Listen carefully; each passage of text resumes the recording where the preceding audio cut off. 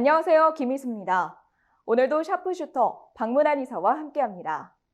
오늘은 골디락스의 근거라는 주제로 찾아왔는데요. 9월 FOMC를 앞두고 파월 연준 의장이 앞으로 나올 경제 지표를 보고 금리 인상 여부를 결정하겠다고 한 만큼 투자자라면 지금 나오는 고용 동향 지표들을 절대 놓치실 수 없을 거란 생각이 드는데요.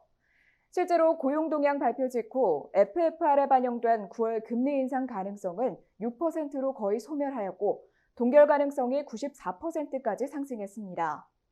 현재 미국의 실업률이 3.79%로 전월 3.5%에 비해 크게 상승하면서 임금 상승률이 둔화했는데요. 박문환 이사는 이번 실업률 상승에 대해 특히 경제활동 참가율을 주목하고 있습니다. 또 이러한 시점에서 침체는 없다고 단언하는 파월의 발언이 주목되는데요.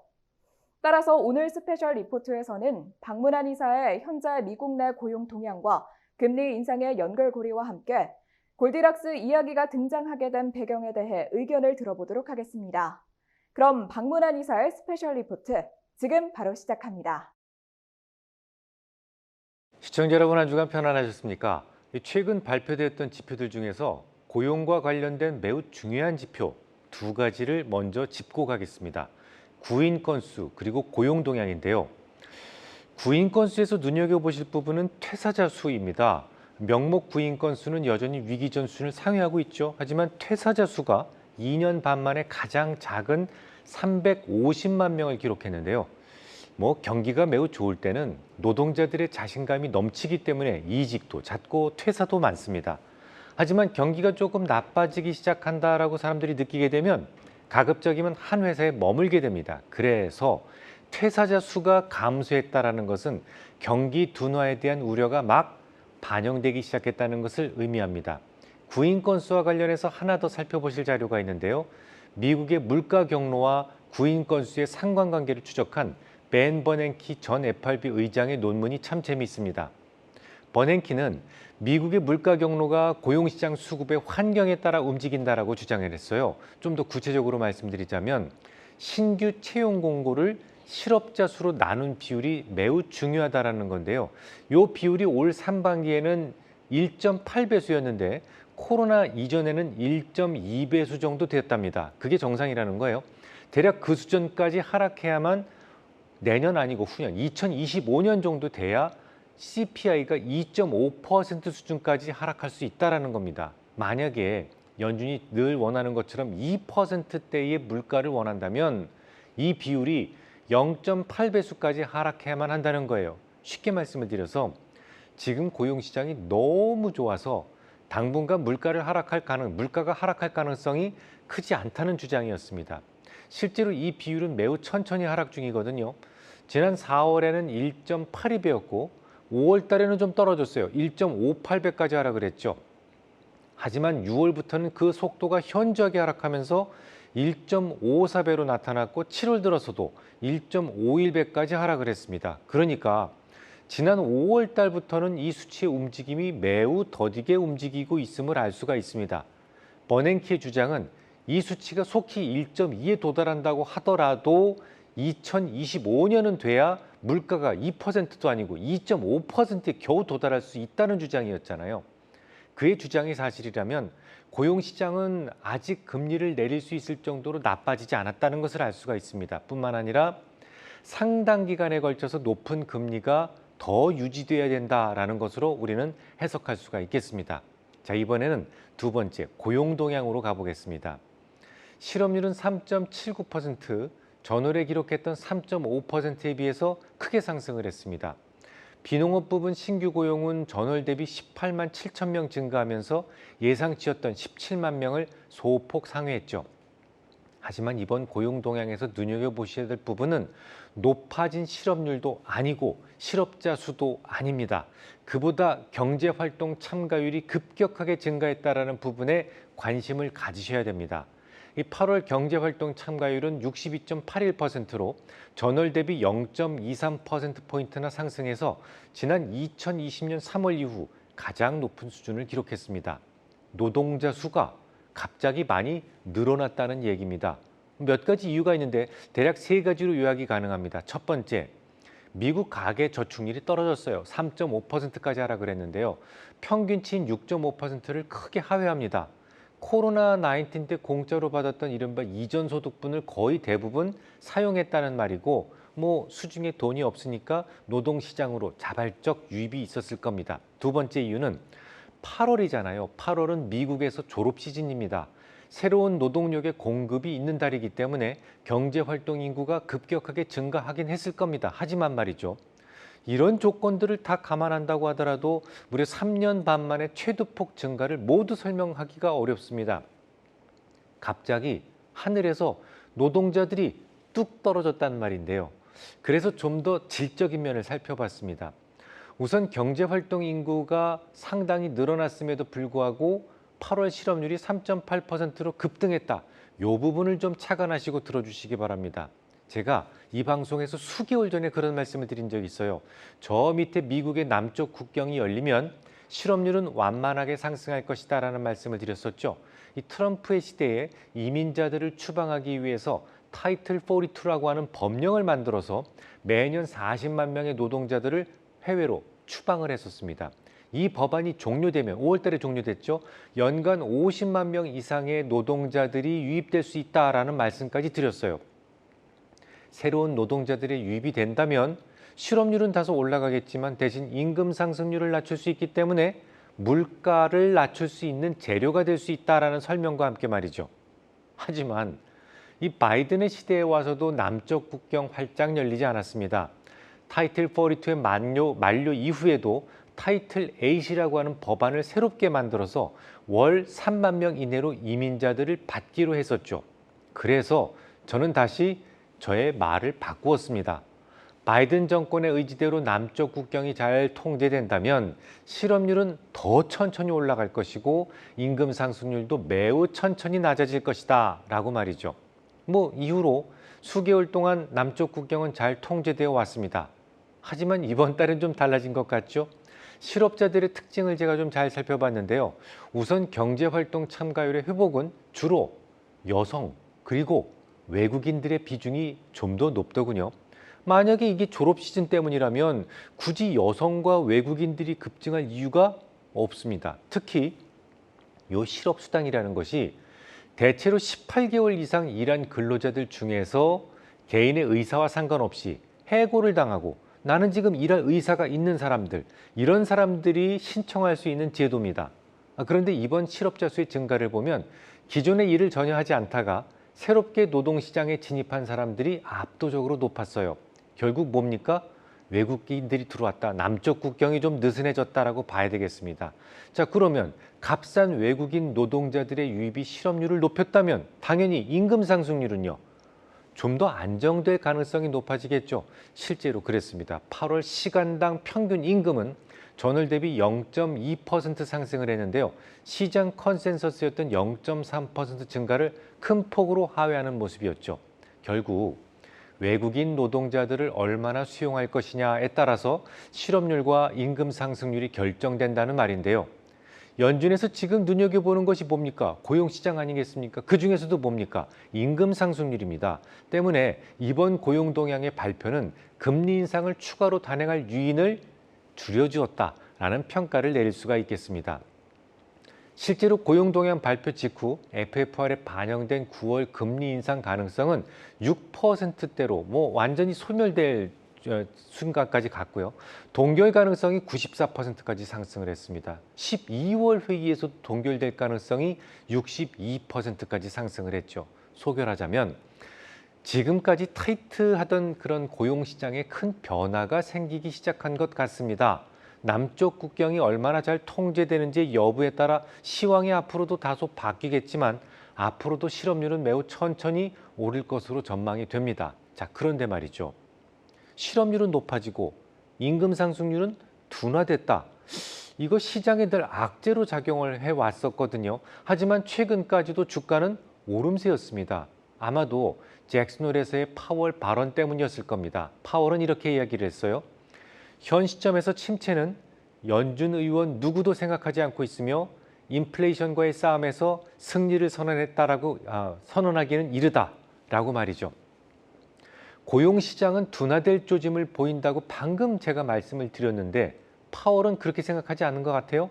침체가 없다고 단언합니다. 파월은 무엇을 근거로 저런 심한 말을 했을까요? 미국 경기가 실제로 매우 좋기 때문입니다. 지난 24일 업데이트됐던 애틀란타 연은의 GDP 나우 예측 모델에 따르면 올해 3분기 미국의 실질 GDP 성장률은 놀라지 마십시오. 5.9%에 달할 것으로 추정되고 있습니다. 아니 미국이 무슨 이머징 국가도 아니고 5.9% 성장률이라니 실감이 나지 않으시죠? 두 가지 이유가 있습니다. 첫째, GDP는 명목으로 집계되기 때문에 인플레 효과가 반영되기 시작했을 겁니다. 조금 쉽게 예를 들어 볼까요? 10,000원어치 고철을 사와서 인건비 부대 비용을 10,000원을 쓰고 20,000원이 원가가 되는 철강제를 판매하는 회사가 있다고 가정해 보겠습니다. 적절하게 이윤을 50% 붙여서 30,000원에 팔았었는데요. 그런데 물가가 2배로 껑충 뛰어올랐습니다. 고철값이 일단 2배로 올라서 20,000원이 되었고 인건비 부대 비용도 2배가 올라서 20,000원이 되었어요. 그래도 30,000원에 팔 수 있을까요? 당연히 안 되죠. 적정 이윤까지 50% 똑같이 붙여서 6,000원에 팔 겁니다. 이게 바로 인플레 효과입니다. 물가가 2배 오르면 매출도 2배 커지고 매출이 커지는 만큼 경제 규모도 2배로 커지게 되는 것이죠. 그래서 시장이 고통을 느끼지 않을 정도의 미약한 인플레는 경제에 바람직스러운 겁니다. 자, 두 번째 이유를 설명드리죠. 미국 내 소비가 견조합니다. 앞서 제가 고용시장이 살짝 둔화될 조짐이 있어요라고 말씀을 드렸습니다만 그래도 여전히 3.8%의 실업률이에요. 이건 완전 고용에 속하는 수치입니다. 누구든 일하고 싶은 마음만 있다면 일할 수 있는 시장이라는 말이고 이는 미국 GDP의 70%를 차지하는 소비를 건강하게 유지시킬 수 있습니다. 셋째, 미국 내 투자가 급증하고 있습니다. 이게 중요합니다. 미국이 과거에 이렇게나 큰 재정 투자를 한 적이 제 기억에는 없어요. 일단 바이든 정부에 들어와서 Build Back Better, BBB라고 하는 정책이 추진되었는데요. 전통적으로 작은 정부를 원하는 공화당이 반대하는 바람에 축소되긴 했습니다만 지금까지 통과된 것만 거의 4조 달러에 육박합니다. 아시다시피 그 이후에도 몇 개의 자잘한 지출 법안들이 통과되었는데요. 미국은 지금 이런 투자 법안들이 정상적으로 작동하기 시작한 겁니다. 특히 건설 지출이 눈에 띄게 도드라지고 있는데요. 비주거용 건설 지출은 미 의회가 인프라 투자 및 일자리법 이걸 통과시킨 지난 2021년 11월부터 2023년 6월까지 약 24%나 증가했습니다. 얼마 전 뉴욕에서 100년 넘은 수도관이 터져서 물바다가 되었다 이런 뉴스 한번 들어보셨죠? 공공부분 총 건설 지출은 2021년 11월 대비 약 18% 증가했는데요. 그중에서도 노후화된 수도 시설에 대한 공공건설 지출이 약 26% 이상 증가했습니다. 그 외에도 인프라 투자 법안에 의해서 미 정부가 5년간 1,100억 달러 이상의 도로, 교통, 이런 교량, 프로젝트에 지원함에 따라서 고속도로나 일반 도로에 대한 공공건설 지출도 약 24% 증가했고요. 물론 오로지 인프라 투자에 대한 그런 건설 때문에 화끈하게 증가한 건설 지출을 모두 설명드릴 수는 없어요. 그보다 더 중요한 게 바로 리쇼어링입니다. 이 리쇼어링의 영향이 더 컸을 겁니다. 리쇼어링은 2010년도 오바마 시절 때부터 사실상 시작된 겁니다. 이후로 트럼프에 와서는 니어쇼어링, 바이든 정권에 와서는 프렌드쇼어링으로 이름만 좀 바뀌었을 뿐이죠. 계속해서 탈중국화를 진행시켜 왔습니다. 중국을 떠난 주요 공장들은 주로 미국에 지어지고 있는데요. 실제로 2021년 1월부터 2023년 8월까지 미국 내 총 5,030억 달러 규모의 신규 민간 투자가 발표됐고 이 중에서 반도체에만 총 2,310억 달러가 지출됐습니다. 그 외에도 전기차, 배터리 이쪽에 1,330억 달러, 청정 에너지 관련된 투자에 1,030억 달러, 바이오 산업에 190억 달러, 그리고 중공업 부분에 140억 달러가 투자됐죠. 물론 미국은 노동자들에 대한 복지 비용이 많이 들기로 유명합니다. 그래서 어지간한 공장들은 수익 내기가 여간 어려운 게 아니에요. 오죽하면 도시바의 CEO, 과거 CEO입니다. 과거 CEO는 미국에 공장을 지은 것을 생애 최악의 실수였다라고 말한 적이 있을 정도니까요. 이를 보완하기 위해서 미국은 투자에 대한 보조금을 주고 상당 기간에 걸친 세액공제 등을 통해 리쇼어링을 적극적으로 유인했던 거죠. 물론 중국을 주요 공급망에서 배제시키기 위한 조치들이었죠. 실제로 미국 내에서 비주거용 건설 지출의 증가를 견인하는 것은 주로 제조업 분야입니다. 이렇듯 리쇼어링 투자가 집중되고 있으니 당연히 일자리는 넘쳐납니다. 일처리가 넘쳐나고 있으니까 높은 물가 상황에서도 적절한 소비가 유지될 수 있었던 것이고요. 이제 파월이 더는 경기 침체를 생각하지 않고 있다라는 말이 실감나시죠? 그래서 골디락스라는 말이 나오게 된 것 같습니다. 일반적으로는요, 물가를 낮추기 위해서는 고통이 필요합니다. 금리 인상을 하게 되면 기업들이 투자를 줄이게 되고 실업률은 높아지기 때문이죠. 그래서 월가 대부분의 전문가들은 미국이 곧 침체에 빠질 것이다라는 예측을 하지 않았습니까? 하지만 그 리쇼어링 정책으로 인해서 미국은 현재 완전 고용률을 지금까지도 기록 중에 있습니다. 그러니까 고통스럽지 않은 거예요. 결국 골드만삭스는 미국이 침체에 빠질 확률을 다시 15%까지 낮추었습니다. 그렇게나 금리를 올렸음에도 침체 없이 소프트 랜딩이 가능해질 수 있다라는 전망이 이제 커지기 시작한 것이죠.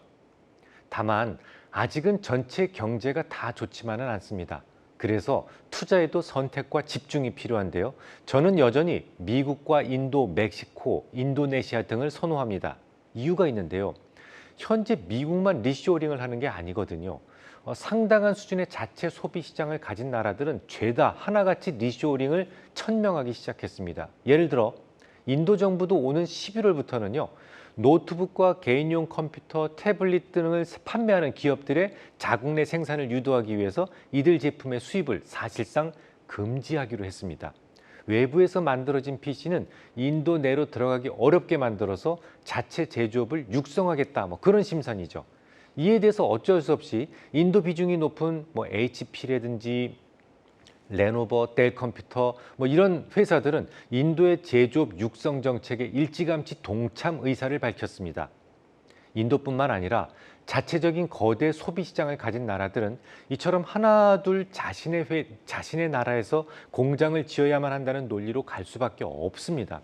우리나라처럼 자체 소비 시장이 작은 나라는 일감을 모두 해외에 빼앗길 수도 있는 문제라는 얘기죠. 미국발 리쇼어링 정책의 부작용입니다. 실제로 그동안 자주 거론해드렸던 멕시코나 인도, 인도네시아 같은 경우는요. FDI, 즉 외국인 직접 투자가 계속 증가하고 있는 반면 한국에 대한 FDI는 추락 중에 있습니다. 결론적으로 여전히 미국 시장이 가장 좋아 보입니다. 특히 2022년 채권 대학살 이전에 장기채를 잔뜩 발행해서 고금리의 위험으로부터 멀찌감치 벗어나 있는 미국의 대형 빅테크들을 계속 주시하겠습니다. 또한 같은 이머징이라도 자체 시장을 가지고 있고 프렌드 쇼어링, 니어쇼어링의 대상이 될 수 있는 인도나 멕시코, 인도네시아 등이 좋아 보입니다. 오늘 준비된 강의는 여기까지입니다. 오늘 박문환 이사는 골디락스의 근거에 대해 이야기했는데요.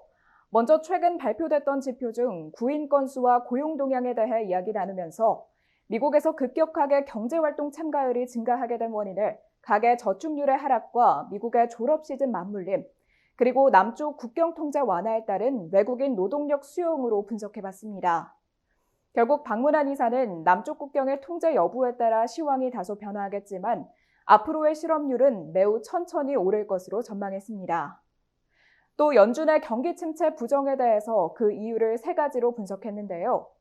인플레이션 효과가 반영된 GDP의 명목 집계와 미국의 견고한 소비 시장, 그리고 리쇼어링 정책으로 완전 고용률을 기록 중인 미국 내 투자 상황을 이유로 꼽았습니다. 결론적으로 미국의 시장은 여전히 좋아 보이며 더불어 인도나 멕시코, 인도네시아도 계속해서 주시하겠다는 의견을 덧붙였습니다. 더 많은 정보가 궁금하신 분들은 포털 사이트에 샤프슈터 박문환 또는 박문환 주식이라고 검색하시면 확인하실 수 있습니다. 오늘 강의가 여러분의 투자에 도움이 되길 바라면서 저희는 다음 시간에 더 유익한 내용으로 찾아뵙겠습니다. 시청해주신 여러분 고맙습니다.